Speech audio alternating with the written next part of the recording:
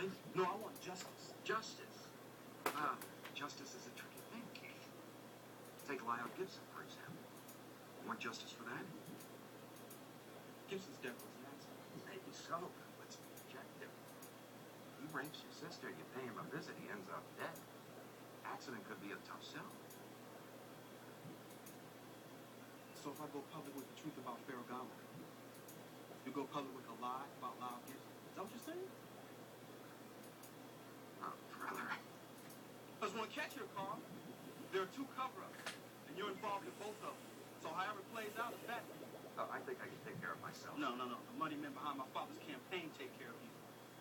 But if things get ugly, they'll make sure you're the one who takes the fall, won't they?